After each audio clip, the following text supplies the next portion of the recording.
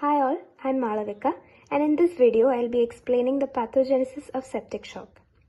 Septic shock is a state of low tissue perfusion which is caused by microbial infections, mainly by gram-positive bacteria and also by other microbes like gram-negative bacteria, fungi or even protozoa. There are 5 main pathogenic mechanisms for septic shock, and they can be remembered by the mnemonic I-POEM, where I stands for inflammatory and counter-inflammatory responses, P stands for procoagulant state, O stands for organ dysfunction, E stands for endothelial cell activation and injury, and M stands for metabolic abnormalities. So I'll be explaining each mechanism in detail. Firstly, we have the inflammatory and counter-inflammatory responses. Inflammatory responses include activation of receptors, release of inflammatory mediators, and consequences produced by the inflammatory mediators. The first one, which is activation of receptors on the cells of the innate immune system, is by microbial cell wall constituents. Examples of such receptors include TLRs or toll-like receptors, which are activated by PAMPs, pathogen-associated molecular patterns. Then we have G-protein coupled receptors and C-type lectin receptors.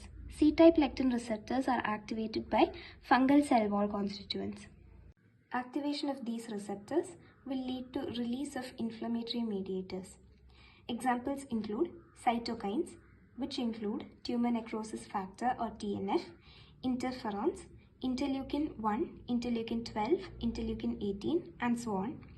Then we have cytokine-like mediators like HMGB1, which is high mobility group box 1 protein. Then we have markers of acute inflammation like C-reactive protein. Then we have other mediators like platelet activating factor or PAF and reactive oxygen species. The inflammatory mediators thus released will have 3 main consequences. The first one is upregulation of adhesion molecules on the endothelium, which will further increase inflammation.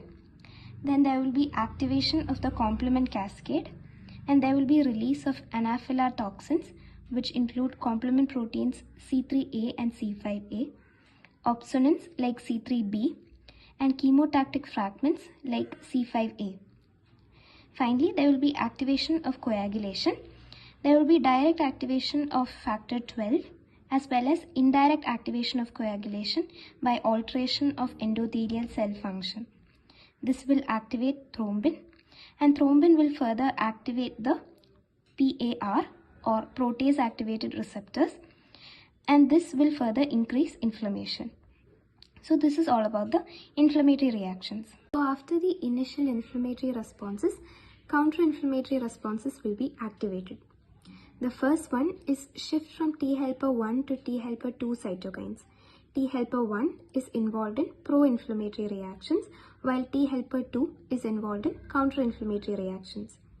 Then, just as we have inflammatory mediators, there are anti-inflammatory mediators, and they will be produced. Examples include soluble TNF receptor, interleukin 10, and interleukin 1 receptor antagonist. Then there will be apoptosis of lymphocytes.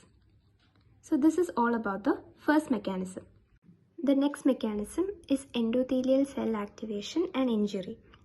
When there is endothelial cell activation, there will be upregulation of the production of nitric oxide and other vasoactive mediators like complement proteins C3A and C5A and platelet activating factor.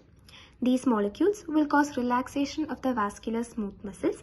There will be vasodilation, and which will lead to systemic hypotension. In sepsis, there is a pro-inflammatory state. Cytokines will be released, as we have already discussed in the first mechanism, and these cytokines will loosen the endothelial cell tight junctions and the vessels will become leaky. So protein-rich fluid will leak out of the vessels and get accumulated in the interstitial tissue, causing edema throughout the body. This will finally lead to tissue hypoperfusion. So this is all about the second mechanism.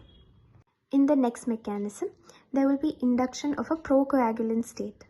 There will be direct activation of factor 12 by microbial components like endotoxins, and there will be pro-inflammatory cytokines like interleukin-6, which will affect coagulation. These cytokines will increase the production of tissue factor, decrease the production of endothelial anticoagulant factors like thrombomodulin, and decrease fibrinolysis by increasing the expression of plasminogen activator inhibitor 1. So, what are the consequences of such a procoagulant state? Firstly, there will be stasis of blood and decreased clearance of activated coagulation factors. There will also be systemic activation of thrombi and deposition of fibrin-rich thrombi, and finally it will lead to a dangerous complication called disseminated intravascular coagulation or DIC.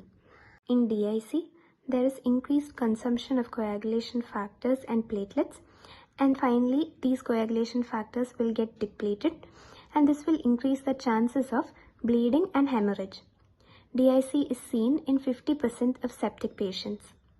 Coming to the metabolic abnormalities, there will be insulin resistance and hyperglycemia. Cytokines like TNF and interleukin-1, stress-induced hormones like growth hormone, glucagon and glucocorticoids, and catecholamines all will favor gluconeogenesis. Cytokines will suppress insulin release, promote insulin resistance, and impair the expression of a glucose transporter, GLUT4. Hyperglycemia will impair neutrophil function and decrease its bactericidal activity. Glucocorticoid production will initially show an acute increase, but then it will decrease. This is due to adrenal function impairment, which is seen in a condition called WFS or Waterhouse-Friderichsen syndrome, characterized by adrenal necrosis.